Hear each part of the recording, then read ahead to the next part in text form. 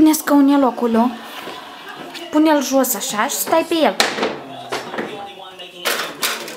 Întoarce-l. Păi trebuie să-l întorci.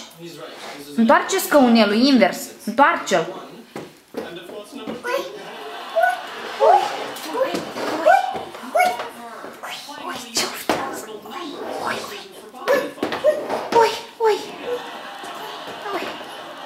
Dar cum face vaca? Vaca. Făcuța, cum face? Ce ai făcut?